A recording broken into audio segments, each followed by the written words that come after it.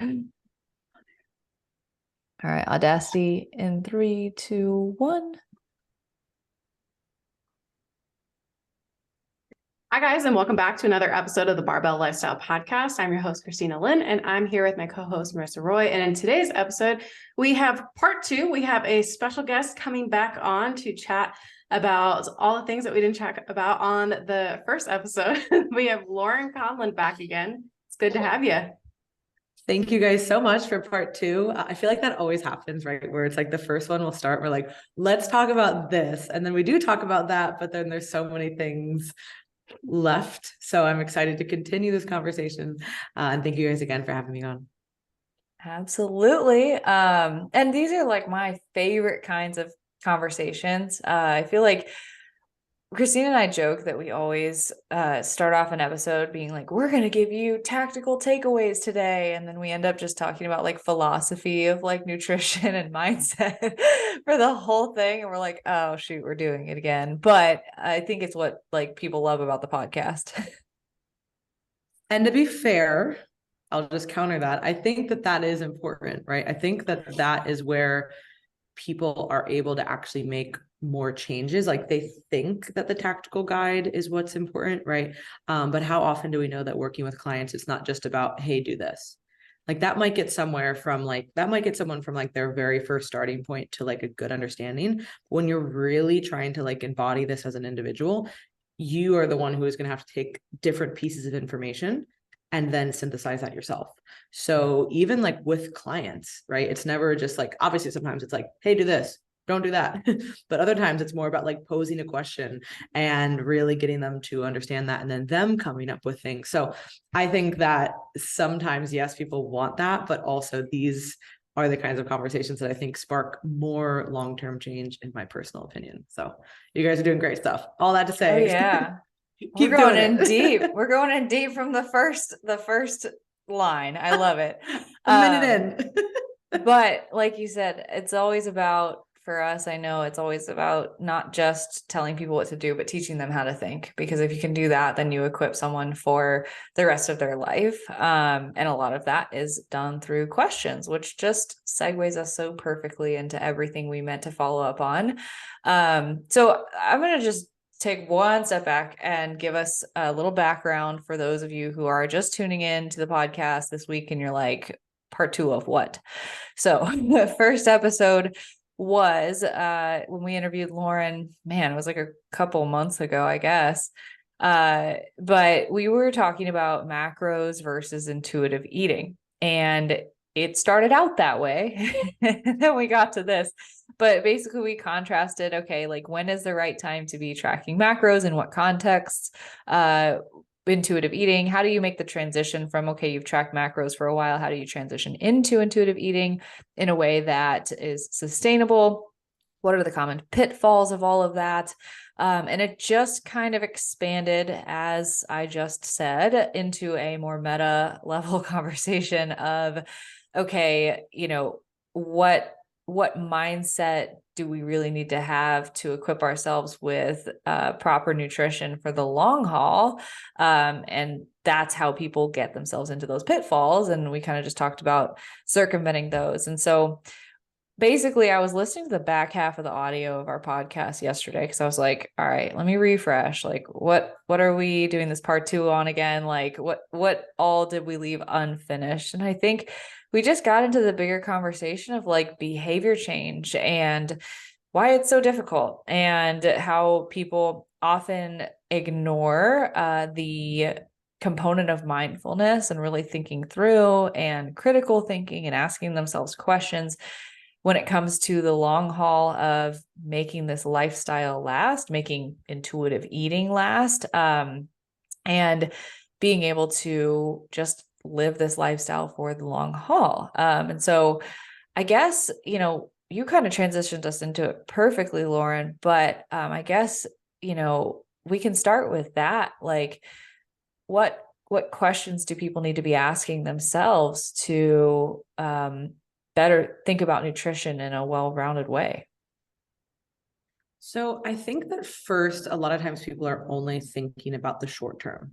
And as coaches, we have to meet clients where they're at, right? So even though we might have this optimal, perfect timeline and perfect plan, that often isn't reality, right? And what we don't want happening is clients saying, like, if somebody, like a hypothetical conversation, and the client's like, hey, I have this fat loss goal and I want to do X, Y, Z. And as a coach, you're like, maybe you're not quite ready, this and that. But if you're like, hey, let's like take 6 months or a year to like build this base, they're going to go, okay.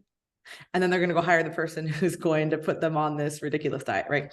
So part of conceptualizing all of this is understanding, okay, maybe while I say we need to focus on long-term stuff, we also have to recognize as coaches that, okay, sometimes we have to meet clients maybe like where they're at. But I really want to challenge people listening to think, okay, I have these short-term goals, but what is this going to look like, not just in this next 8, 12, 16 weeks, but what's going to happen afterwards?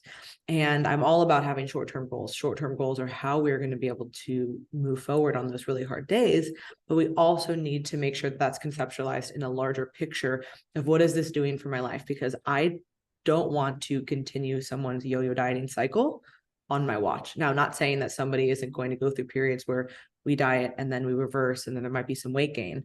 It's very different than, the typical yo-yo experience. And also just what happens, like that cycle is so tough because I was just teaching a call about this last night. So obviously we all know about the metabolic adaptations that are happening with dieting and then how you're basically set up to regain preferentially fat afterwards.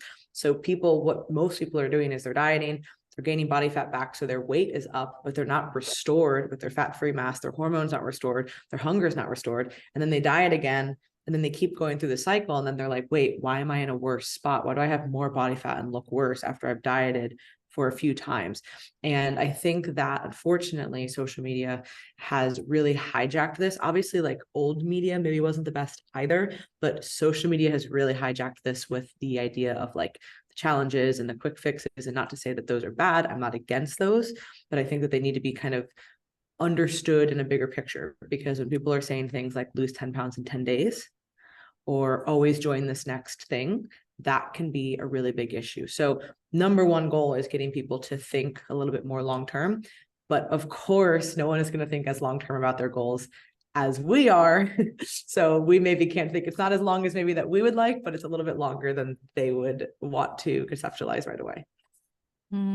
Yeah, absolutely. Yeah, because I always think of it as like, all right, well, like if I want to help someone, the worst thing I can do is scare them away with the realness of like what this is going to take, because then they won't even start in the first place, right? Because that is so overwhelming to even hear from someone who maybe comes from a background of only knowing 30-day quick fixes or 5-day reset challenges or whatever it might be.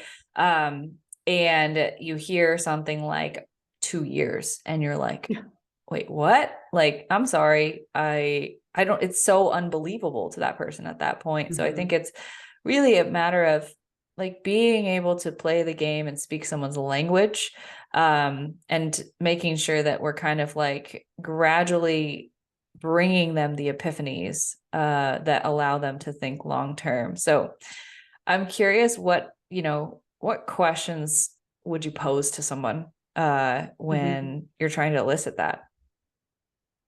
So generally speaking, when say this is like a new client, right? And most people are going to come and say, hey, these are my short-term goals.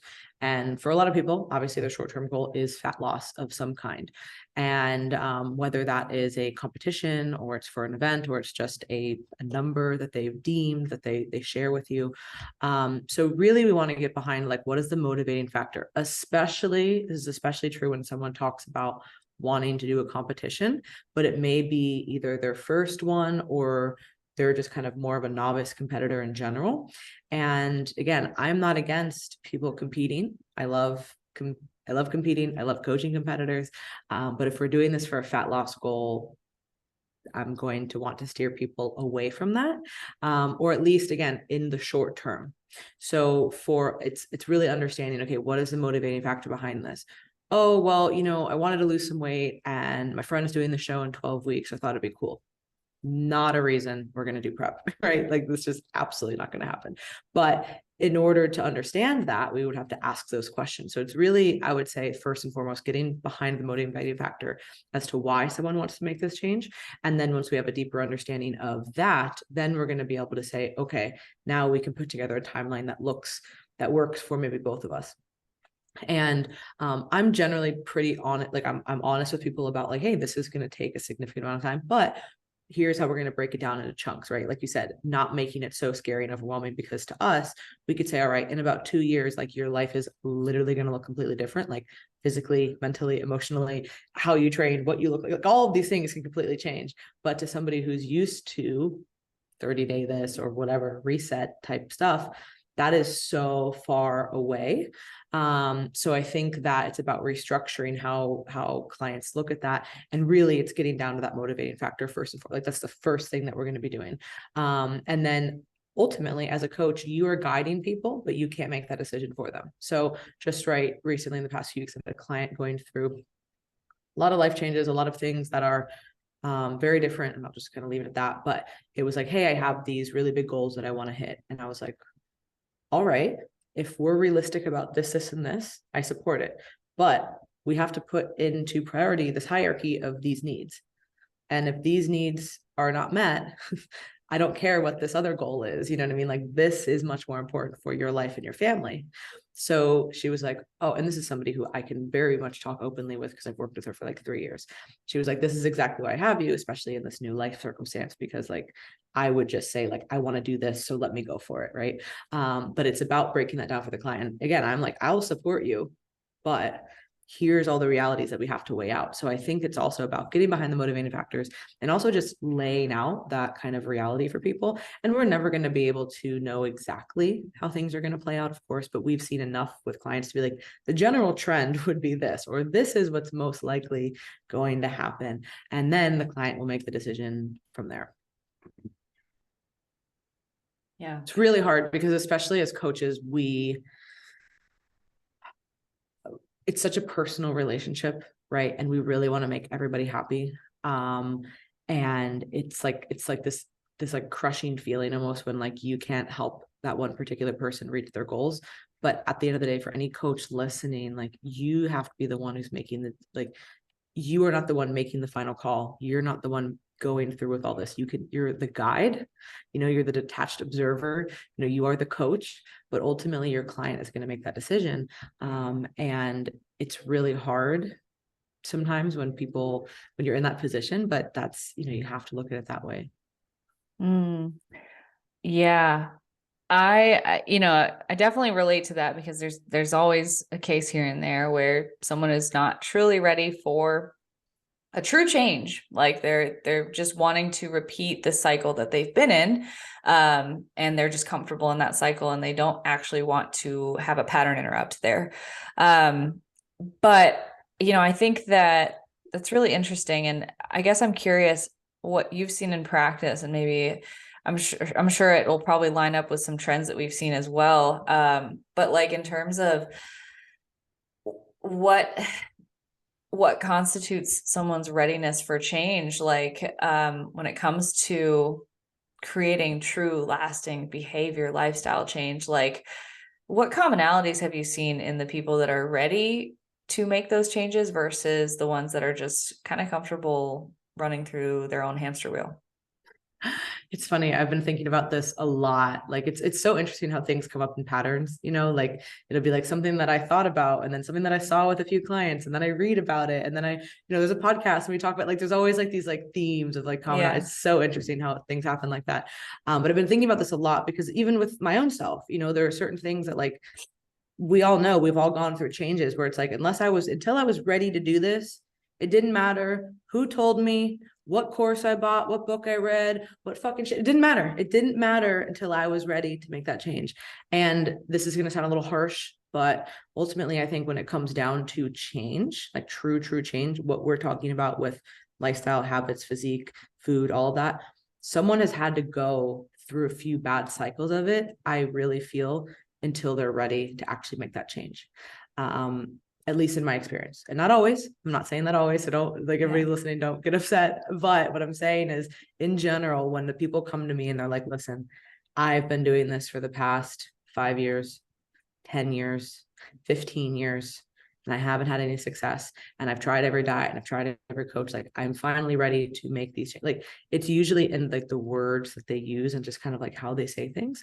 And I find that, and this is what we see often with people who are able to actually practice flexible restraint around food and moderate themselves, is there's a lot less impulsivity. And I find that when clients are less impulsive in their language, that generally speaking, they're ready to make a change. Because if somebody's like, I'm ready to sign up, all right, I'm ready to do this. Can I do that? Oh, well, this happened this week. Can we change it? The person who's actually ready to make change is a lot more stable, and they recognize that these ups and downs are normal patterns. And I'm not saying that the people who are, you can't make change if you're feeling that way. Of course not. You know what I mean?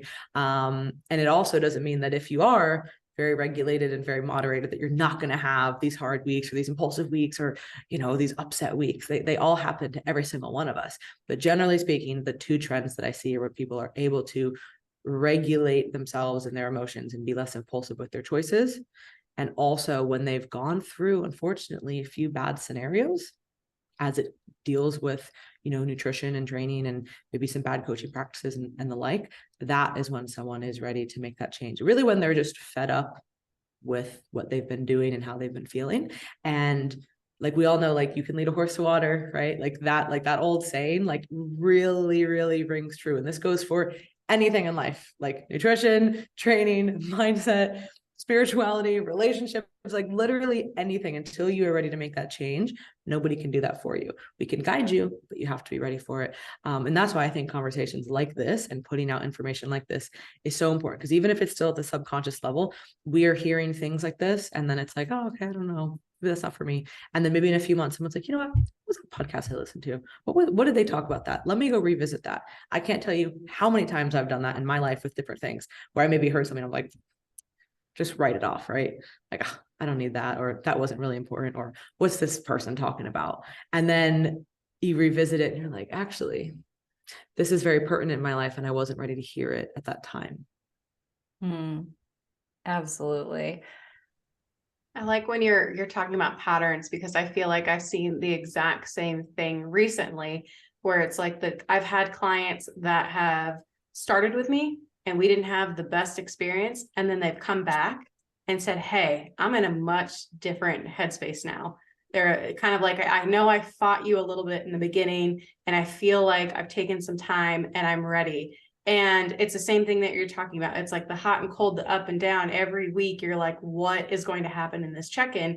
And it's just night and day difference. Like this, it's just like, cool, what do you want me to do? Like, I'll do it. And I think the big thing that or theme, I guess, is kind of like that personal responsibility, where it's not so much like, oh, well, this coach or this program, it's kind of like they come to you and like, I'm ready for this, or I realized that I was not in this space for this. And unfortunately, what I feel like is the people who are maybe more impulsive and are not regulated in that sense, they are the ones who are falling prey to these, what we'll call quick fixes, right? Or these programs or these challenges or these fast results, because that is feeding into that chaos and that addiction of those types of feelings. And that is so challenging. And that really is this like strong bond that you feel to the highs and the lows. And a lot of people don't want to admit that they also chase lows. Like, most people are like, no, I just chase high. Like, why would I want to feel bad? If you really reflect on your behaviors, a lot of times you are creating these low situations so that you can feel that emotion. So then you can also be catapulted back into a high.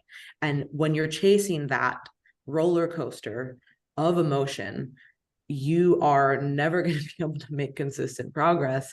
I don't care. I mean, you might have the best genetics in the world, so maybe a few people can get away with it, but the majority of people are not going to be able to, coupled with a long dieting history, which most people have. Again, the typical client that we're getting is not going to be somebody who's like, I've never had an eating issue before, and I've always fueled myself properly, and I have perfect resistance training form, and all. Like, that's just not the general. It's not the general client, you know. Most of us have had messed up issues, you know, myself included. Like, so it's not something that it's just more and more common that clients are going to have these compounded adaptations, physiological and psychological. Yeah, well, I heard someone say this recently. It's like no one finds fitness because life is going super well. Like, Yeah. like you find fitness because like something's effed up, right? But yeah, there's like it's interesting that you say like that's something I've been thinking about a lot, where those who chase the highs and the lows, they're creating the lows to experience the highs. And it's actually something that one of my friends, we had her on our podcast. She said this.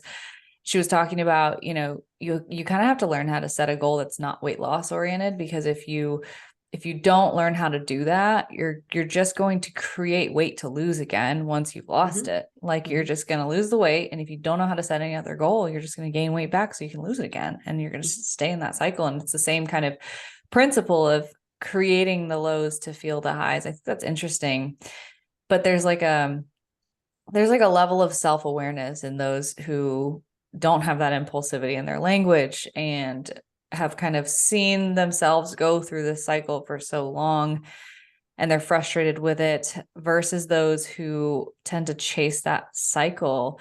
But what I've also found is that there are people who have been chasing that cycle and, for decades, and they still show no sign of fatigue from it. And they're still on that hamster wheel. So I guess like what would you identify as the difference between, the person who's impulsive and running on that hamster wheel and has become fed up with that enough and decides to make a change? Like, what's the defining factor there? To be honest, I don't really have a good answer for that. Yeah. Right. And So hard. like I wish I had a better answer, because then we could definitely package that up and share that soundbite everywhere in the world. But I buy our course for this 3-second clip. But really, I wish I had a better, more articulate answer here. I would just say that, again, it comes back to, are people ready to make that change because they are fed up with whatever? We have a team therapist, and we talk a lot about, we have several mental health podcasts a month. And he talks about even the same thing with therapy, right? Like you can go into, and I'm paraphrasing his words, this is not directly from him, but you can go to therapy to basically hear yourself talk, and you can relive a lot of things. And that's kind of the initial part of therapy, right? Like getting out the story, sharing everything. Why am I here? And then he's like, a lot of people are interested in that. But then when it comes down to like, how are we actually going to change things? A lot of people will either switch therapists or stop going altogether.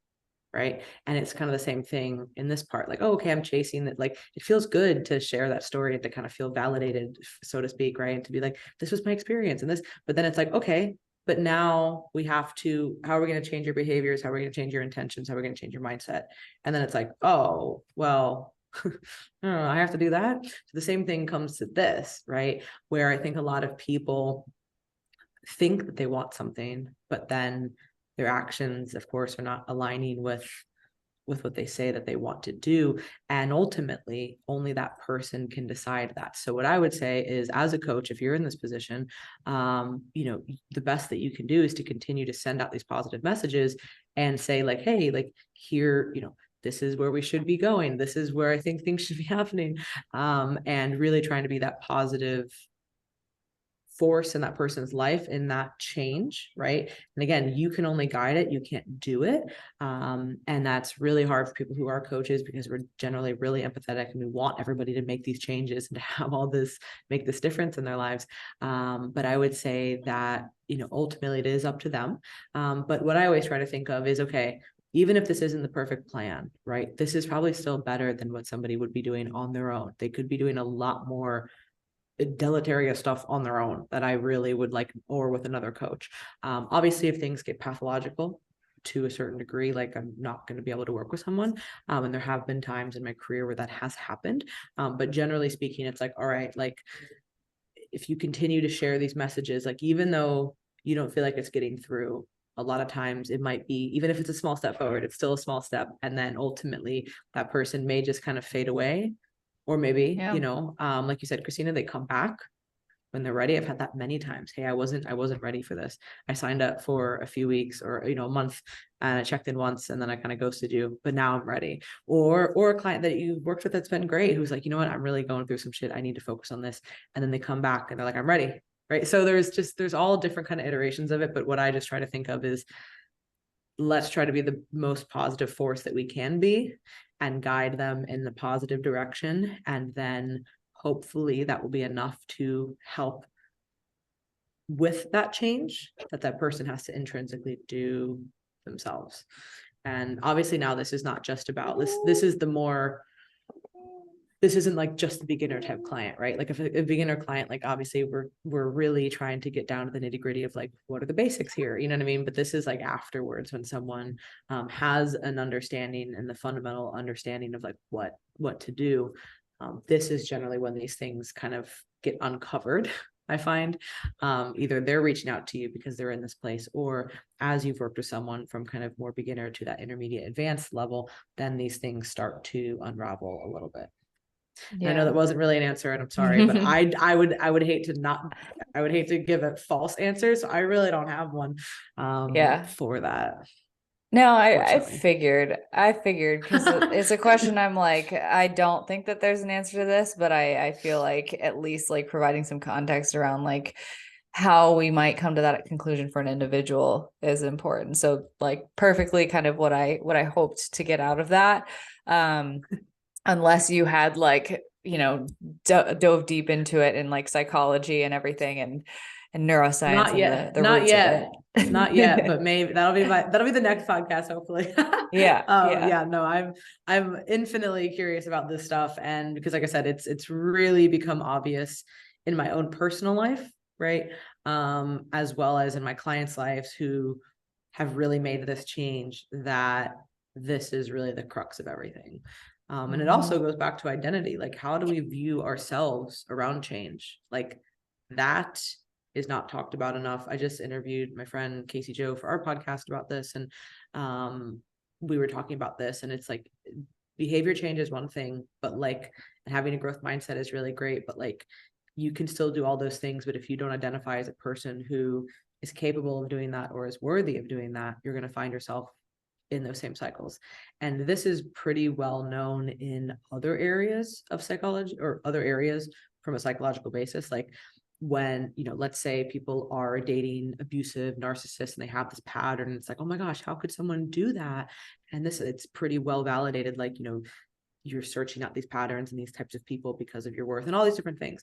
And it's like, but nobody's really talking about this quite yet in our space. But I have seen this over and over again. And I can tell you guys are shaking your head like you have too. Like when someone doesn't see themselves as a person who is capable of doing these things or capable of doing this for a long period of time, then we're not really able to make this change. And again, this is not something that you have to be like, this week, I really need you to work on your, like, these are things that happen over time, and they happen over time by, hey, let's set this goal. Let's achieve this. Let's build this confidence and your competence in this area. And now you slowly begin to develop this identity. But I do think that it's this overarching theme that's kind of like an undercurrent of coaching, and our clients who are successful and kind of break out of the said matrix of like the yo-yo dieting world. But it is not discussed enough. And I've been formulating this, and processing it, but I need to package it better and maybe, I guess, look more into some of this research. But I do not really see this talked about in our space quite enough, but I see it to be very important.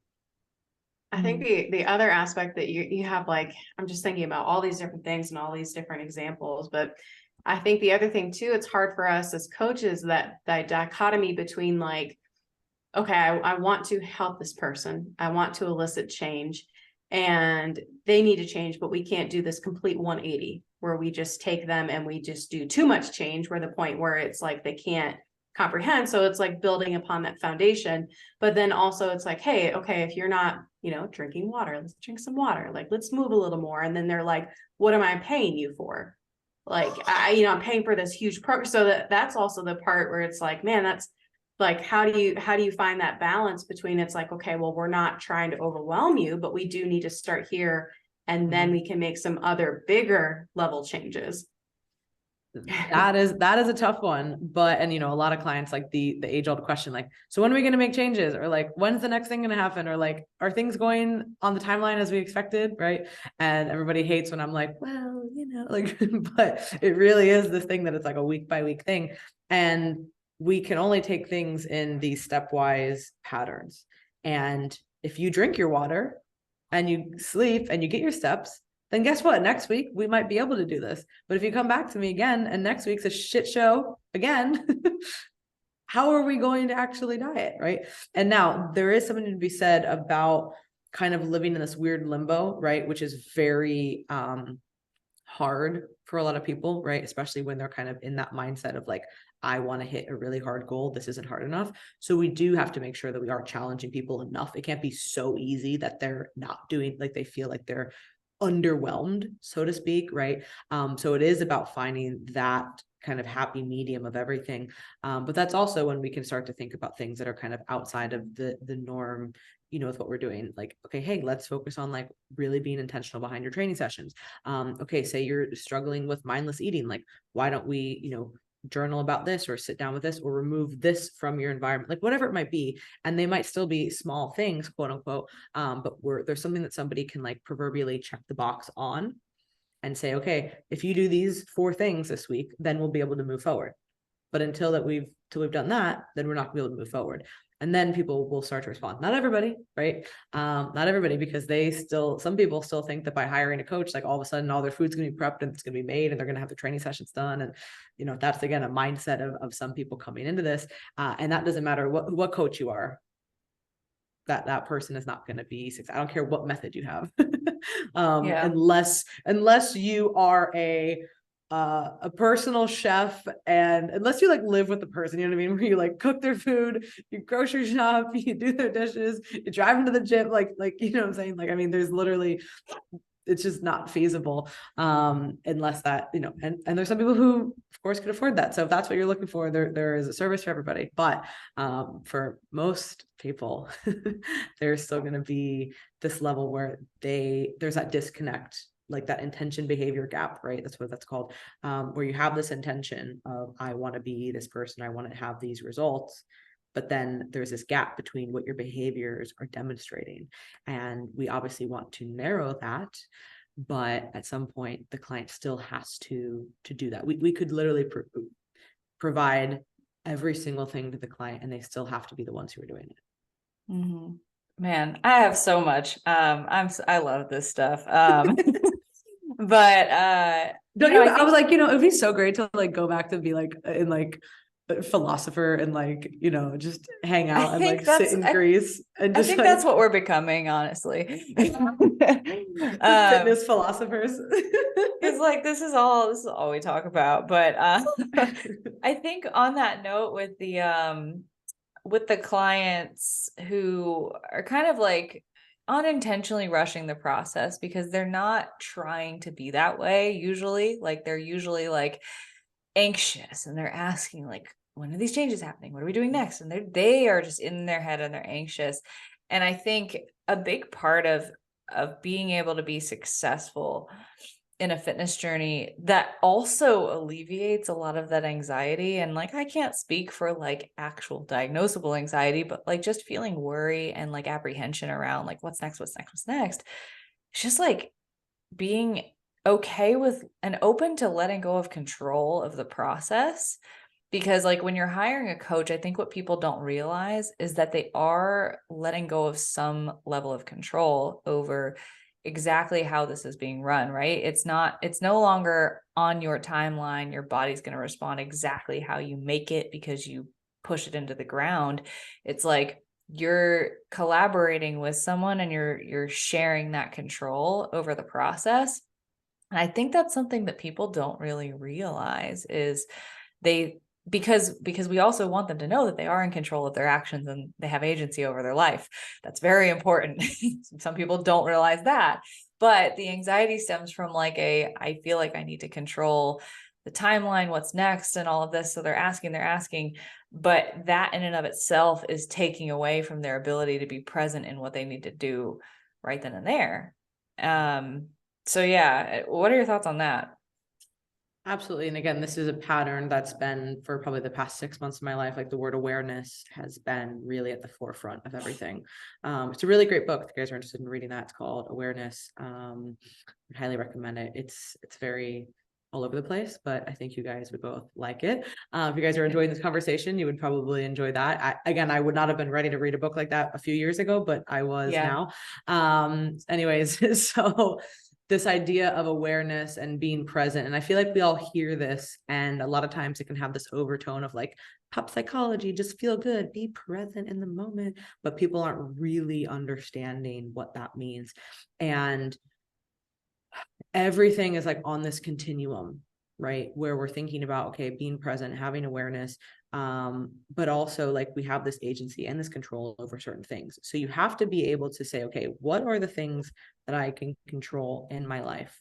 What are the things that I can make sure that I'm doing on a daily basis that I know make me feel good or better, or at least not worse, right? At some point. And then you have to say, okay, I need to be open to the outcome and the timeline, because the more that you say, like, it's got to happen by this day, the chances are a lot of times we will mentally kind of create these more hurdles for ourselves for whatever reason, you know what I mean? So it's about being diligent and rigid in some aspects, you know what I mean? Being really structured in some aspects, but then also allowing that timeline to flow, and having a general gist, right? Like, again, as a coach, I'm not just gonna be like, whenever we get there, we do, like, obviously, like, there's a little more to it than that, right? But, you know, the week to week anxiety, like you were describing, of like, when are we going to make changes? When are things going to happen? When is that is not helping your body at all make any progress. And the most progress that I've seen in my life, and the most progress that my clients have seen in their lives, generally happen when they are controlling the things that are in their control on a daily basis. And then they are being open to whatever is happening and that timeline of how it is evolving. And again, this is not to say that we can't have timelines, we can't have goals. I work with competitors, I work with performance athletes, I work with people who have events that they're getting ready for. Like, obviously those things have deadlines, you know, but the idea of that kind of week to week mini anxiety over the changes really isn't helping you. It's only, it's not serving you at all. And I want to circle back to something that you said earlier, and I can't remember when that was. But this idea of like, if you only have this goal in front of you, like, you are going to always fail, because if you can't do something without this like large looming thing, like about to punch you in the face, then you're not ever going to be able to not be on that roller coaster. And that doesn't mean that you can't always have goals that you're achieving, because I'm a very big believer in having that as things that are anchoring us, you know what I mean? But if I were to say, like, oh, if I don't have another degree that I'm searching for or that I'm working towards, then I'm going to stop learning, right? Like, that would be a terrible way to go about life. Oh, if I don't have a competition in front of me, I can't control my eating. That's a terrible way to have a relationship with food. You know, if I don't have this race set up, I'm not going to be active.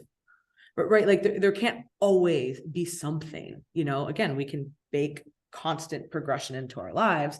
And it's this, again, it's like this continuum of like striving and pursuit, but also recognizing like contentedness in that like present moment, which is this really hard thing to conceptualize and explain until you've felt that. I know people are probably like, what is this girl on about right now? But I think if you've been there, you know what I'm talking about, because there is a very big difference of being in pursuit of a goal because you're interested in the goal, but also being content with yourself in the moment, versus seeking a goal because you're running away from something, or you're scared of some other thing happening, or feeling like you don't have control over it unless you have this goal. Those are two very different things. And I've lived both of those lives, and they feel very different in virtually every sense. Yeah. Well, I feel like the anchor itself is the identity that you have. And like, I can personally speak to feeling that kind of, I described it the other day as peace, not with fitness. That part, I'm kind of just mainly just content and not working towards really any big goals at the moment. But with business, I found that I was in kind of a chasing mindset for a really long time with that, because there was just a lot of growth happening and it was awesome. And I was like, okay, what's next? What's next? What's next? And then recently I kind of settled into this, like, I am so happy with where I am. And I know that I'm going to get to where I want to go, but like, I'm not in a rush to get there. But at the same time, I'm doing everything I can to get there, but without the pressure. Mm-hmm. And it comes back to, like, I feel like that sense of peace, it's like the cliche that describes, like, love yourself as you are. And that doesn't, make it wrong for you to have goals, to move forward or to change. It's like that cliche put into probably better words, and like the feeling itself is like, you hear that phrase all the time, but you don't know what it actually feels like until you've kind of reached that. So yeah, that's been like a huge shift in my life very, very recently. Oh, absolutely. And I think there is a different sense of peace that comes with that, because there's a difference of striving and pursuing for the sake of doing it because you want to grow, versus doing it for this outcome that you feel like you need to do it.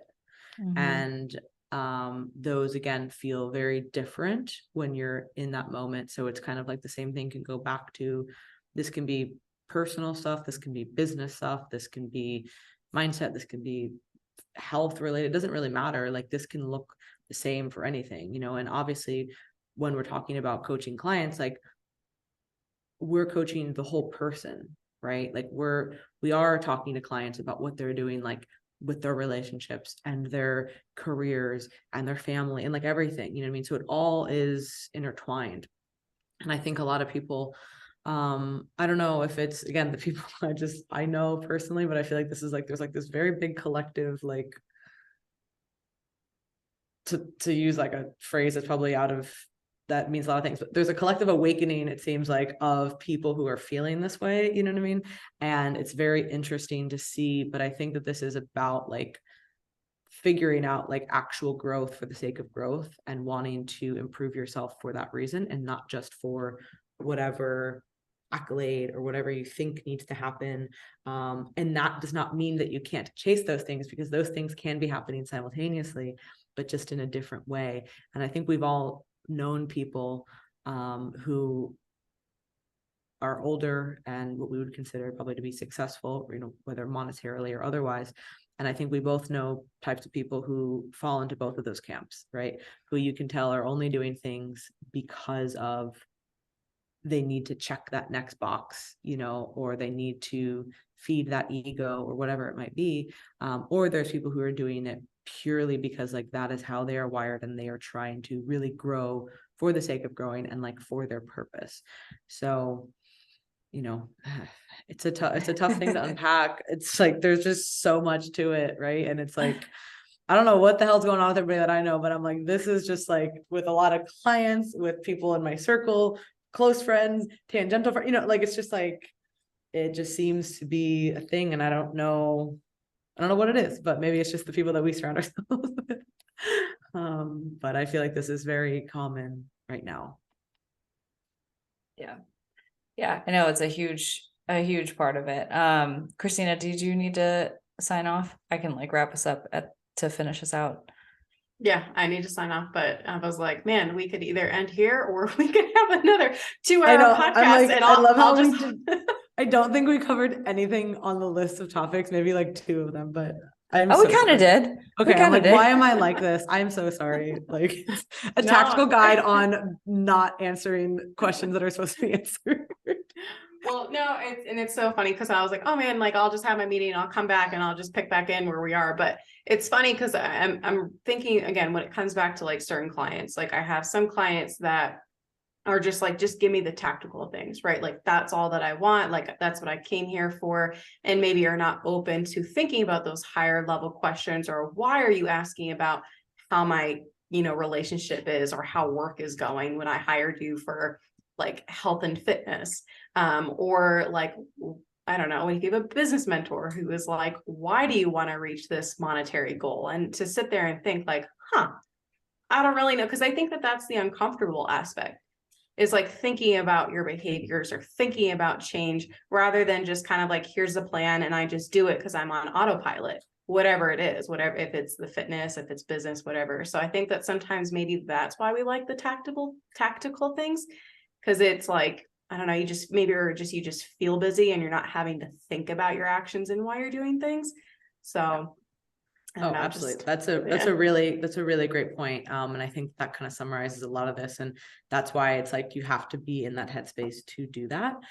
Because you really have, it's just a completely different type of energy and mindset and intentionality when you're approaching questions in that sense. And I don't think that everybody at every point in their life needs to be thinking about things like this at all times, because trust me, it's exhausting.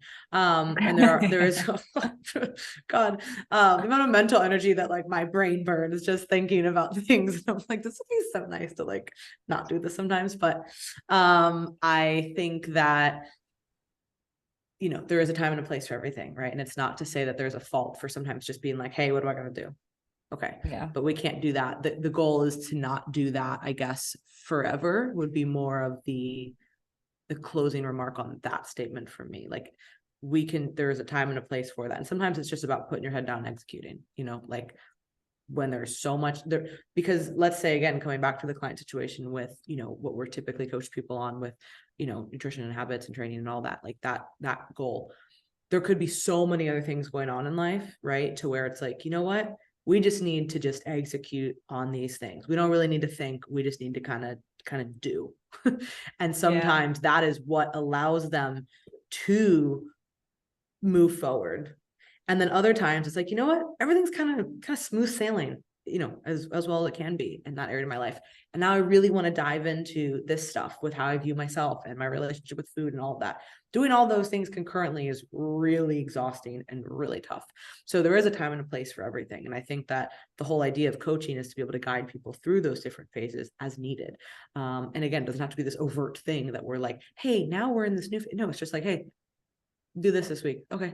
Or, hey, why don't we peel this back? Can we journal about this week? You know, so sometimes it's like comes down to like the actual coaching language that you use based on what's going on in someone's life as well. Yeah. Yeah. I mean, I definitely, and I'm sure you do too, lean more on the side that most people just don't ever make that space to think about any of that in their life. And then like, that's where this awakening happens when they hire a coach. They're like, oh my God, I'm seeing myself for the first time. That's like the typical trend that I see, but you're right. There is absolutely a time and a place to execute. I'm thinking of someone in particular who like, we have these conversations all the time. My favorite check-in of the week. I'm like, yeah, let's talk philosophy. Right. Let's do it. Yeah. We all have those clients. Yeah. And then something came up with like life and I was like, hey, just like do the non-negotiables, no conversations this week. Like, let's put our head down at work. And I think you're absolutely right in that. Before we wrap up, I want to circle back to one more thing that, that we were talking about with, you mentioned, man, I forget exactly how you phrased it, but you've mentioned this twice in this episode about how people tend to, you know, create obstacles for themselves and almost like put things up in their own way. And I will trade you a book recommendation because I've been talking about this. Listeners of the Barbell Lifestyle are probably sick of me mentioning this book at this point, but have you read The Big Leap by Gay Hendricks? No. Okay. So basically the concept behind this is he talks about what's called the upper limit problem or upper limit theorem, which is essentially where we have a certain amount of good and abundance and joy and love that we allow ourselves in this life. And when we pass that threshold, we can't emotionally, physically tolerate it. So we create things to sabotage ourselves and come back down to what we're comfortable with. Mm-hmm. And so the awareness of that threshold is the only way that we can actually raise it. And we have to actively practice being aware of when we are self-sabotaging so that we can allow more good and more abundance and more happiness into our life. And for a lot of people, it's like, that's the cycle that they're in of like, tangible example of this, because I know everyone who's listened to this podcast has heard me say that before. Tangible example. I haven't quite done that yet.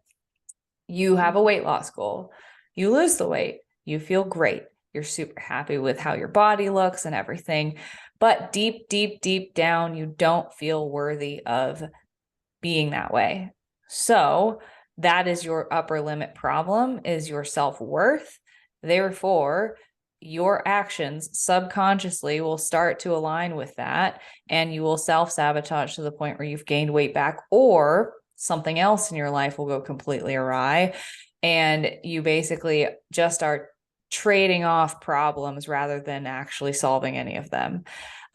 Usually it'll result, the simplest form is just the yo-yo dieting cycle of gaining, losing the same weight over and over again. But sometimes it's like, awesome, body looks great. Now my relationship's a shithole. Like it's all of the time, it just switches. So I think you would probably really love that book. It absolutely changed my life, reading through that. So let me know what you think. No, I'm super excited. I love books. Right now, I've developed this new, we'll call it a toxic trait, but I've developed this new trait. I'm doing this program right now called 75 Hard. And for anybody who doesn't know what it is, it's, one of the things is reading 10 pages of a nonfiction book every day. And I love reading, but we always make excuses as to why we can't do things. So I wanted to do this program as kind of a reminder, like, no, you can do these things, like stop being lazy. Like you just need to execute sometimes. So anyways, I have been reading and I love reading. It's like one of my favorite things to do. But I've developed this new thing where I start reading a lot of books at once. It's very weird. And I don't know, but they're all very different. So I'm like, oh God, I can't add another one because I'm like, I gotta finish the 4 that I've started.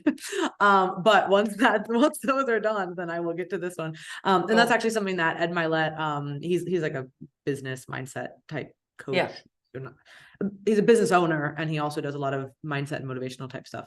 And he uses the analogy of a thermostat. And I think it's a really great representation of that thermostat, like, so, of that, what you were talking about. So let's say that you believe yourself to be at 80 degrees.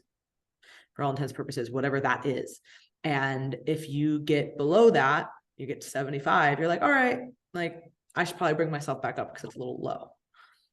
But if you get up to 85 or 90 and you don't change that belief in yourself that you're no longer an 80 degreeer, you're going to bring yourself back down, right? And I think what I've come to the conclusion, and this is not going to be very eloquently said, but I'll try my best, because I recognize this in myself with a lot of other patterns as well, not with food, so to speak, because I've gotten past that. But with some other areas of my life, and I realized, well, what is the crux of all of this? If you're so afraid of rejection, right, and failing at whatever it is, if you create these issues, then it can never really be like you failed because you tried your hardest, right? Like if you try 110% and you fail, well, then that just means that you failed, again, like hypothetical speaking, because it was you and your efforts. But if you roadblock yourself, you're keeping yourself down, and that feels a little bit better, right? Instead of putting yourself out there all the way and then actually falling short. So again, that wasn't super eloquent, so hopefully that came across right, but I got it. I've just found that is something that I have a pattern that I found myself in when I really sit and think about it. And also clients as well, right? And it takes a lot of sitting with yourself and your thoughts to reflect on those kinds of things, and really allowing those thoughts to come up, and really being like, why are you like this? But like actually really sitting and thinking about that. And it's not easy to do. And that's only the work. It doesn't matter who your coach is, who your therapist is, what books it doesn't matter what you do. You still have to do all that. I personally believe, and I would think that you would agree too, that hiring a great coach, hiring a mentor, potentially hiring a therapist, like all these things are going to expedite the process. And I would absolutely do it, right? I'm a coach, you're a coach. We both recommend these kinds of services. We both have coaches and mentors in our lives, right? Like these things are staples, right? That we believe in. But you can't use hiring someone to sublimate the work that you need to do. So. Absolutely. And I think, as well as that, this will be the last thing, I hope, maybe.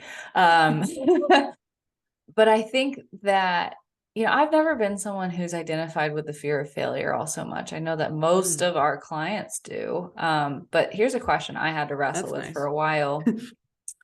Yeah, I've always just kind of been like semi-ignorant level of self-belief where I just kind of like do shit and then like, deal with the consequences after.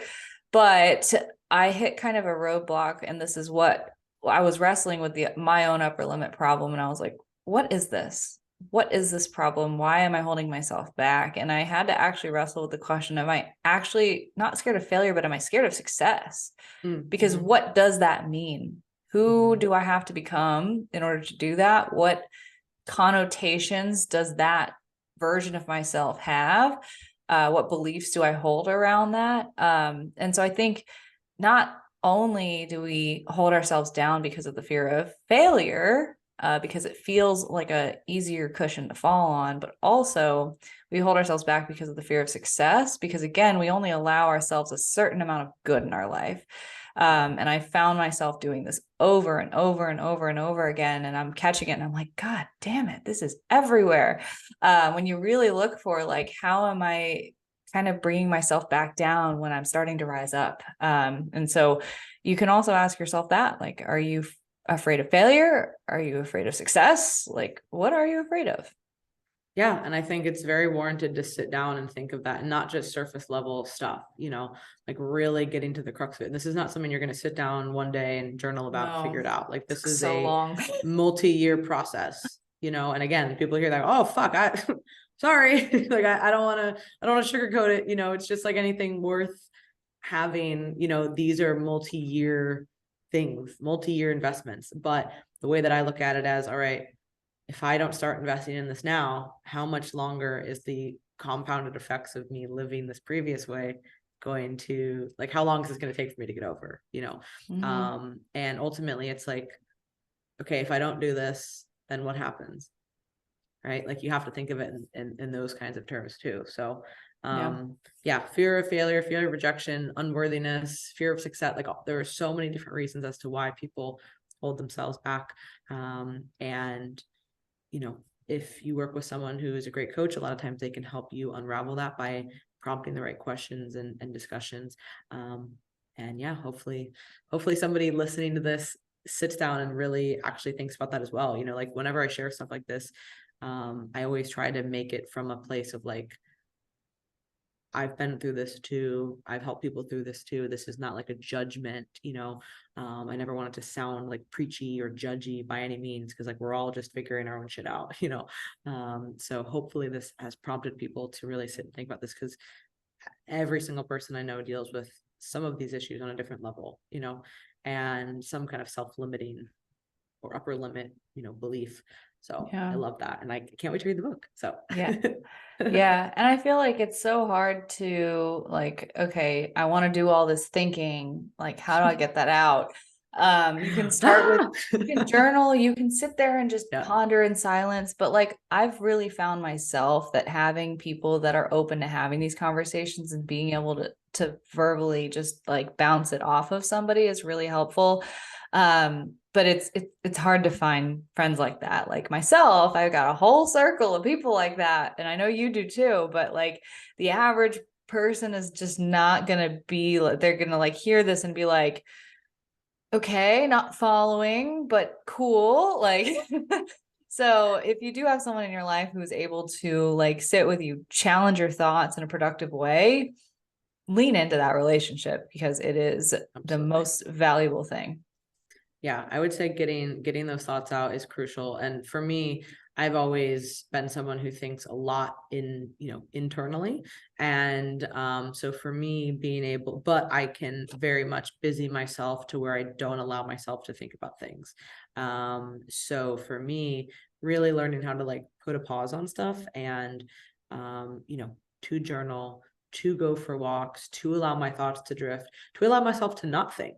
Right? Like, I think a lot of times too, we get so hyper productive. Like, I have a drive. I gotta listen to a podcast. I gotta do this. Otherwise I'm a failure. Like the other day, literally Sunday, I drove to, Orlando, which is about a 2-hour drive, depends, hit or miss with traffic. The drive there was an hour and a half. The drive back was almost 3, but it's fine.